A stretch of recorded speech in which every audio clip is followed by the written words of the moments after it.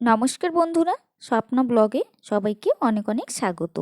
আজ আমি বানাবো কুমড়ো শাক দিয়ে অসাধারণ একটি নিরামিষ রেসিপি। তো চলো দেখে নেওয়া যাক।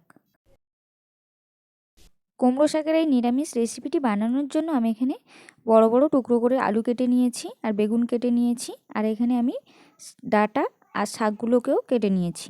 শাকগুলোকে আমি আলাদা পাত্রে ধুয়ে পরিষ্কার করে রেখেছি। এখন আমি রেসিপিটা শুরু করছি। কড়াই গরম করে আমি এখানে সর্ষে তেল দিয়ে দিয়েছি। তেলটা গরম হয়ে গেছে। দুটো শুকনো লঙ্কা আর দুটো তেজপাতা দিয়ে দিচ্ছি, আর দিয়ে দিলাম সামান্য কালো জিরে। তোমরা চাইলে এটার মধ্যে পাঁচফোড়নও দিতে পারো। আমি এখানে কালো জিরেটা দিয়েছি। দিয়ে বেশ কিছুক্ষণ একটু নাড়াচাড়া করে নেব। কালো জিরে থেকে সুন্দর একটা গন্ধ বেরিয়ে গেছে।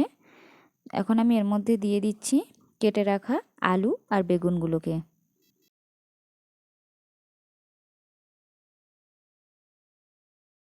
আলু বেগুনটাকে 2-3 মিনিট মতো একটু আমি ভাজা ভাজা করে নিচ্ছি।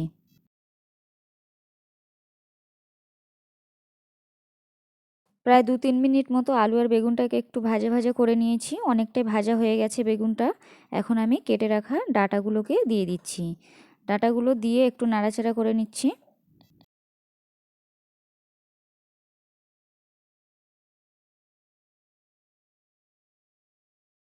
সব কিছু বেশ কিছুক্ষণ আমি ভালো করে নাড়াচাড়া করে নিয়েছি।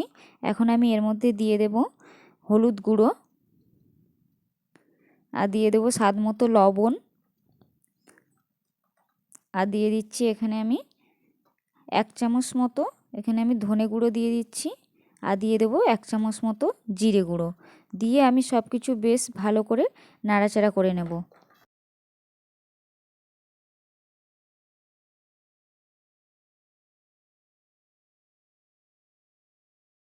সব কিছু প্রায় 3-4 মিনিট মতো ভালো করে আমি একটু নাড়াচাড়া করে নিয়েছি। এখন আমি এর মধ্যে দিয়ে দিচ্ছি একটা বড় সাইজের টমেটো। 4টে টুকরো করে নিয়েছি, টমেটোটা দিয়ে দিচ্ছি। দিয়ে নাড়াচাড়া করে আমি কেটে রাখা শাকগুলোকে এর মধ্যে দিয়ে দেব।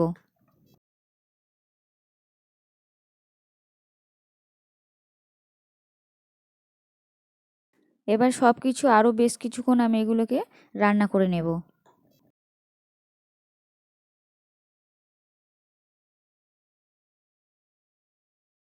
আরও 4-5 মিনিট মতো আমি এটা রান্না করে নিয়েছি।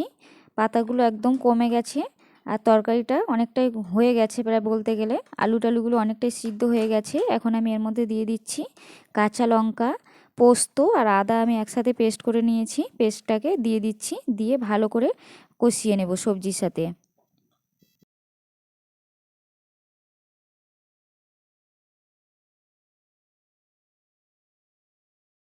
একটু টাইম নিয়ে আমি ভালো করে কষিয়ে নিয়েছি। আদা আর পোস্তর কাঁচা গন্ধটা চলে গেছে।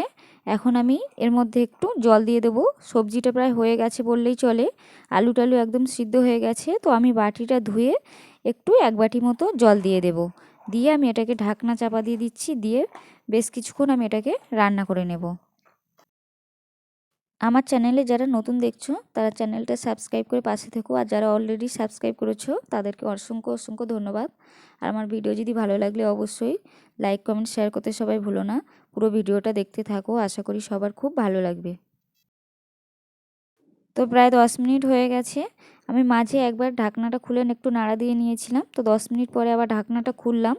তো এখনও রস রয়েছে এটা। তো এখন আমি আরেকটু নাড়াচাড়া করে নিচ্ছি।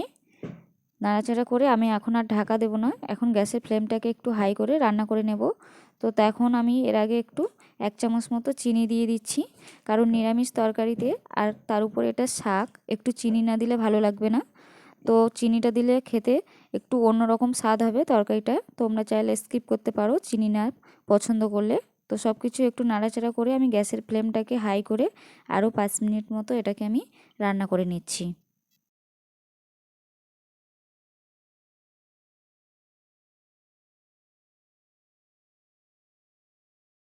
তো 5 মিনিট হয়ে গেছে। তরকারিটা আমার পুরোপুরি রেডি হয়ে গেছে, আর গায়ে মাখা মাখা হয়ে গেছে। আর বেশি শোকাবো না, এটা বেশি শোকালে আবার খেতে ভালো লাগবে না, একটু মাখা মাখা থাকবে। তো আমার হয়ে গেছে। নামানোর আগে উপর থেকে ধনেপাতা কুচি একটু দিয়ে দিচ্ছি। ধনেপাতা কুচিটা সম্পূর্ণ অপশনাল, তোমরা চাইলে স্কিপ করতে পারো। তো এখন আমি সব কিছু ভালো করে মিশিয়ে নিয়ে গ্যাসটা অফ করে দেব। নিয়ে গরম গরম ভাতের সাথে পরিবেশন করব। দারুণ লাগে খেতে। তোমরা একবার এইভাবে ট্রাই করো, তোমাদেরও আশা করছি খুব ভালো লাগবে। তো ভিডিও ভালো লাগলে অবশ্যই লাইক কমেন্ট শেয়ার করতে ভুলো না।